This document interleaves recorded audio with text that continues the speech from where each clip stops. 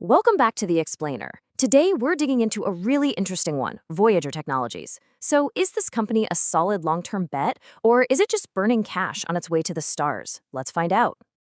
All right, so here's our game plan for today. First, we'll unpack Voyager's massive ambition. Then, we'll look at the good stuff, the bull case, followed by the not-so-good, the bear case.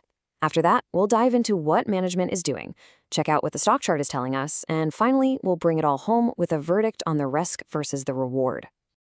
All right, let's kick things off with Voyager's big, bold vision. What are they actually trying to do here? Are they just another government contractor, or something more? And really, this is the multi-billion-dollar question, isn't it? Voyager isn't just trying to win projects. They're asking you, the investor, to buy into the idea that they are building the literal highways and byways of the future space economy. So here's the key takeaway. They're trying to make a huge shift, from being a company that just builds things for government projects to becoming the absolute core, the go-to operator for the entire space economy. Think of them as wanting to be the picks and shovels for low Earth orbit, and hey, maybe even the moon someday. They want to be the ones you can't live without. Okay, so a big vision is great, but how do you make money with it? How do you build a real defensible business? That brings us to the bull case, how they're trying to build a moat among the stars. The whole bull case really boils down to this three-step plan. First, manufacturing. They're making their own key tech, like propulsion systems, so they control their destiny. Second, operations. They've managed over 1,400 space missions. That's a ton of experience that's really hard for a newcomer to compete with. And third, they're building a whole ecosystem with their Vista Science Park. The idea is to create this magnetic hub that pulls in talent and partners, creating a network effect. Now, this is where it gets really interesting.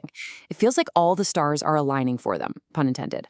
You've got NASA moving to privatize space stations, which is perfect for Voyager. The Department of Defense has this Golden Dome project that needs exactly the kind of propulsion systems they're building. Plus, their own Starlab is a top contender to replace the International Space Station. It's like they're catching multiple tailwinds at the exact same time. Okay, but all that ambition and all those big projects, well, they cost a staggering amount of money. And that brings us to the other side of the coin, the bear case. We have to talk about the harsh reality of financial gravity. Yeah, let's just rip the Band-Aid off and look at the bottom line, a net loss of almost $105 million last year. There's no way to sugarcoat it. This company is hemorrhaging money right now. And if you think that's bad, the cash flow situation is even more eye-watering. They burned through over $155 million in free cash flow. This just hammers home how much cash it takes to fuel these massive futuristic projects.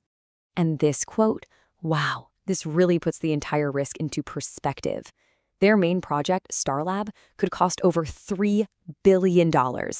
But the funding they have left from NASA for it, just $34 million.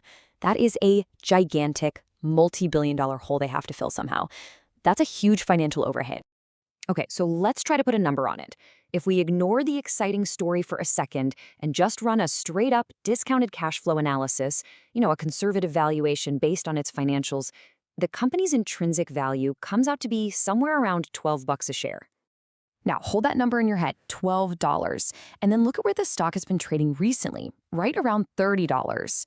That massive gap tells you that the market isn't pricing the company on what it is today. It's pricing in a ton of future success. The pressure to deliver is immense. So, you've got this huge vision and this scary financial picture. How is management playing this hand? This is where we look at their high-stakes gamble to try and turn that vision into actual, concrete value. Just look at this number, almost $189 million spent on R&D last year. That's way more than they brought in revenue. Management is not playing it safe. They are going all in, betting the entire farm on their technology. And it's not just R&D. They're making some seriously aggressive moves across the board. They've raised a ton of money through convertible bonds. They've gone out and acquired critical tech companies like Exoterra for their propulsion systems. And then they made a very, very smart hire in Lieutenant General Guastella, whose whole job is to open doors at the Department of Defense. It's a full-court press. All right, we've talked fundamentals, we've talked strategy. Now let's switch gears completely and look at what the market itself is thinking. What story is the stock chart telling us? Okay, so this is a different way of looking at things. Forget the balance sheet for a minute. Technical analysts who use something called Elliott wave theory, it's all about tracking investor psychology through patterns, they think they see something big. They believe the stock is in the early stages of what they call wave 3. And in Elliott waveland, wave 3 is usually the most powerful, explosive move to the upside. And this isn't just theory. This analysis gives some pretty specific price targets. It suggests a move up to the $48 to $50 range, followed by a quick pullback, and then a final push up towards $60. Now, and that's a big if this pattern plays out, we're talking about a potential 90% plus gain from where the stock is today. All right, let's pull it all together now. It's time for the final verdict. We've got to weigh this incredible starry-eyed ambition against the cold, hard numbers on the balance sheet. And this slide really lays out the fundamental conflict for any investor looking at Voyager. On one side, you have this amazing promise, right? The potential to be a leader in the space economy, building a whole platform with huge tailwinds. But on the other side, you have the peril. The constant cash burn, the fact that it looks pretty overvalued right now, and that massive funding gap for its most critical project. So, in the end, it all comes down to this one question. Voyager is absolutely reaching for the stars, but do they have enough fuel in the tank to get there? Or will their financials keep them stuck on the launch pad? This is a true high-risk, high-reward play. It's a bet on the future, and the real question is that a bet you're willing to make?